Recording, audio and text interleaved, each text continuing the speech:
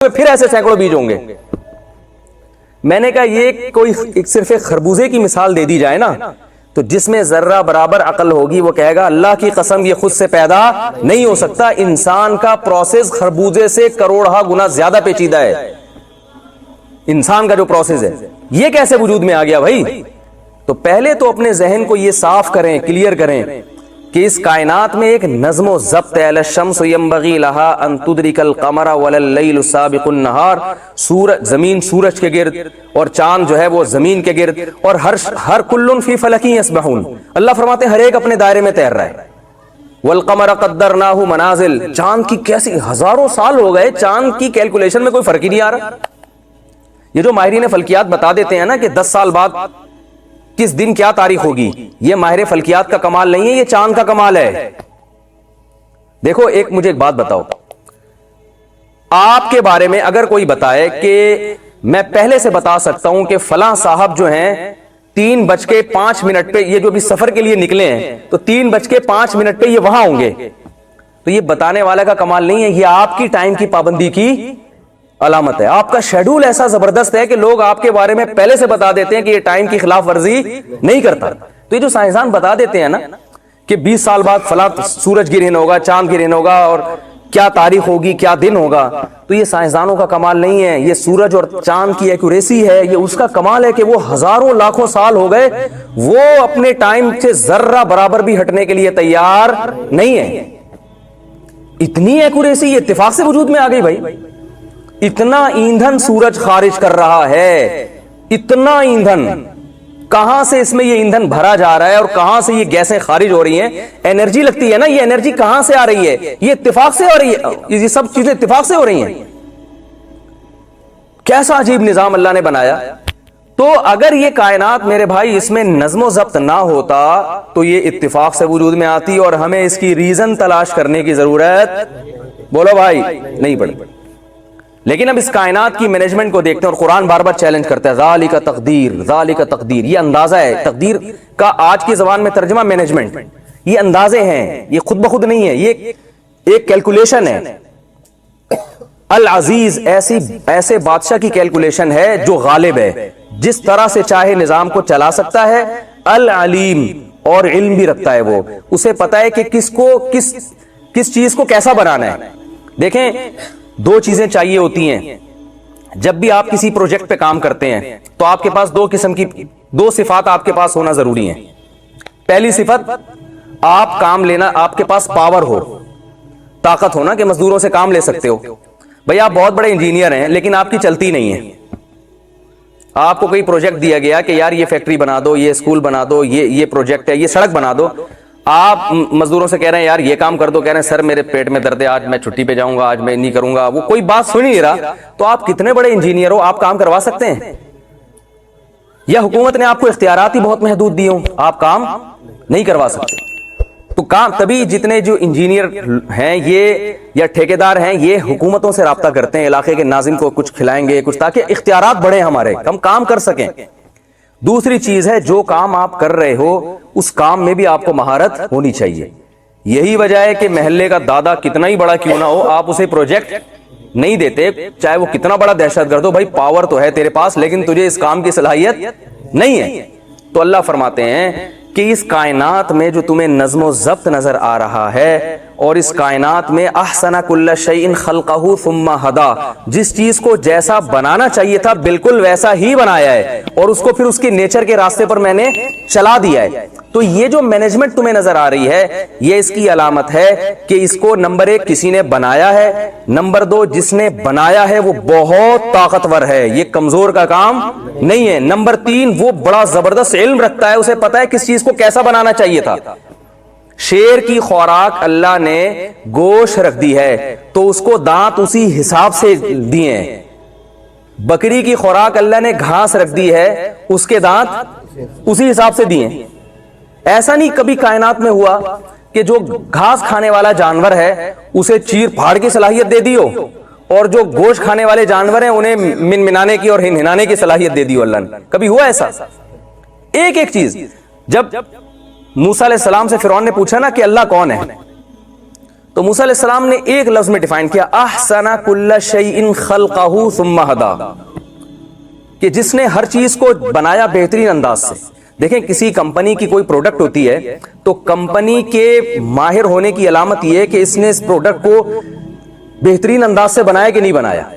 وہی گاڑی آپ جاپان کی لے لو، بالکل وہی ماڈل پاکستان سے لے لو، تو فرق ہوگا نا دونوں میں. ایکوریسی کس میں زیادہ ہوگی؟ جاپنی جو جاپان سے میڈ ان جاپان ہے تو وہ زیادہ اچھا بناتے ہیں. تو اللہ فرماتے ہیں کہ میں نے جس چیز کو جیسا بنایا اس سے زیادہ اس چیز کو اچھا بنانا ممکن تھا ہی نہیں، ناممکن ہے. شیر میں اللہ نے دھاڑ رکھی ہے، کیوں؟ گوشت ہے نا اس کی خوراک، تو اس کے لیے روب بھی چاہیے، کیونکہ گوشت کھانے کے لیے اس کو شکار کرنا پڑے گا، دہشت گردی کچھ نہ کچھ اس کو مچانی پڑے گی جنگل میں. اگر اللہ اس کو بکری کی طرح منمنانے کی صلاحیت دے دیتے تو آپ کیا سمجھتے ہیں کہ خود لومڑیاں اس کے قدموں میں آ کے گرتی ہیں، ہرن اس کے قدموں میں آ کے گرتے، بھائی آپ ہمیں کھا لیں؟ کیا ایسا ممکن ہے؟ بکری کو اس کی ضرورت نہیں تھی دھاڑنے کی، دمبے کو ضرورت نہیں تھی، اس کی خوراک گھاس ہے. تو جس چیز کو آپ دیکھتے ہیں نا، ایک ایک چیز کو بالکل اسی حساب سے بنایا، حتیٰ کہ پرندوں کی چونچ اور اس کا ڈیزائن وہ بھی ہر پرندے کا الگ ہے، ایک جیسی چونچ نہیں ہے. جس پرندے کو سمندر کے گہرائی میں جا کے شکار کرنا ہے اس کو لمبی چونچ دی ہے. جس پرندے کو کی خوراک ایسی ہے کہ اس کو پھلوں کو کھانا ہے نا چیر کے، تو اس کو تھوڑا سا کرو چونچ بنا دی اس کی، تاکہ اس کو کھودنے میں کریدنے میں آسانی ہو. ہر چیز کو، اس پہ تو جتنی ریسرچ ہو کم ہے. جس چیز کو جیسا بنانا چاہیے تھا بالکل ویسا بنایا، اور پھر ثم ہدی، اس کو اس کی نیچر کے راستے پر چلا دیا. اب آپ دیکھیں بکری کا بچہ پیدا ہوتا ہے، پیدا ہوتے ہی تھنوں کی طرف لپکتا ہے وہ، کیونکہ اب اس کی ضرورت کیا ہے؟ دودھ پینا. تو ماں کو اللہ نے بولنے کی صلاحیت نہیں دی ہے، تو بچے میں پیدا ہوتے ہی نا اسے دنیا کا کچھ نہیں پتا، لیکن اسے یہ پتا ہے کہ میری خوراک کہاں ملے گی اور وہ میرے حلق میں کیسے اترے گی.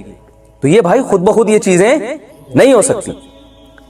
ہمارے جامعۃ الرشید میں جب یہ ڈیجیٹل کیمرے کی تحقیق ہو رہی تھی نا، تو مختلف اس کے ماہرین کو بلایا گیا جو ڈیجیٹل کیمرے کو بہت اچھی طرح انہوں نے پڑھا ہے. تو انہی ماہرین میں سے ایک آئے، انہوں نے ہمیں بتایا کہ یہ جو ڈیجیٹل کیمرہ تصویر بناتا ہے، یہ انسانی آنکھ کو سائنسدانوں نے کاپی کیا ہے. جیسے میں بھی آپ کو دیکھ رہا ہوں نا، تو آنکھ کے پردے پہ آپ کی تصویر بن رہی ہے، روشنی کی لہریں ٹکرا کے آئیں گی، آنکھ کے پردے پہ جائیں گی، اور پیچھے وہ برقی لہروں میں تبدیل ہوں گی، اور وہ لہریں پھر دماغ جو ہے نا، پیچھے کچھ ایسے آلات لگے ان لہروں کو ریورس کر کے دوبارہ روشنی کی لہروں میں لے کر آئے گا وہ، اور پھر الٹی تصویر بنے گی، دماغ اس کو پھر کیا کرے گا؟ سیدھا کر دے گا. انہوں نے کہا کہ یہ جو ڈیجیٹل کیمرہ ہے یہ سائنسدانوں کی ایجاد نہیں ہے، یہ آنکھ کو انہوں نے کاپی کیا ہے. سمجھ میں آ رہی ہے بات؟ آنکھ کو انہوں نے کیا کیا ہے؟ کاپی. کہ آنکھ کیسے بناتی ہے؟ تو بالکل وہی چیز انہوں نے یعنی وہ شیشوں کو اسی لحاظ سے ایڈجسٹ کیا، اور اسی طرح وہ لہریں روشنی کی ٹکرا کے جاتی ہیں اور پھر وہ ریڈیائی لہروں میں تبدیل ہوتی ہیں، پھر وہ پیچھے جا کے ریورس، پورا کہہ رہے ہیں 100% آنکھ کی کاپی ہے یہ. لیکن آنکھ جیسا اب بھی نہیں بن سکا. اور آنکھ میں ایک عجیب بات یہ ہے کہ ڈیجیٹل کیمرے میں ایک لینس ہوتا ہے، آنکھ کتنی ہے؟ 2.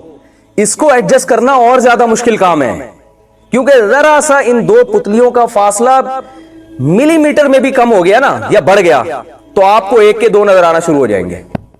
تو اس کو ماں کے پیٹ میں، ماں روٹی کھا رہی ہے بھائی، گوشت کھا رہی ہے، انڈے کھا رہی ہے، دودھ پی رہی ہے، اس سے بچے کی آنکھیں بن رہی ہیں، اور ایسے بہترین طریقے سے کھوپڑی میں ان کو فٹ کیا جا رہا ہے، ایڈجسٹ کیا جا رہا ہے کہ ان دو پتلیوں کا فاصلہ ایسے تناسب کے ساتھ رکھا جا رہا ہے کہ جتنا فاصلہ ہونا چاہیے اس میں ملی میٹر کا 1000واں حصہ بھی فرق نہیں آ رہا.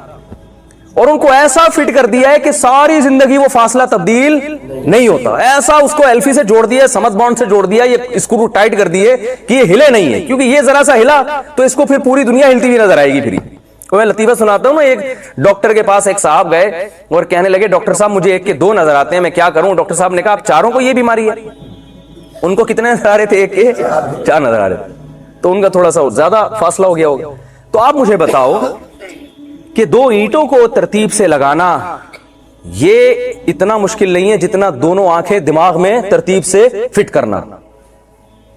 تو 2 اینٹیں کبھی اتفاق سے نہیں لگی ہوں گی، یہ 2 آنکھیں کیسے فٹ ہو گئیں؟ بات بتاؤ کہ کاپی آسان ہوتی ہے یا اوریجنل؟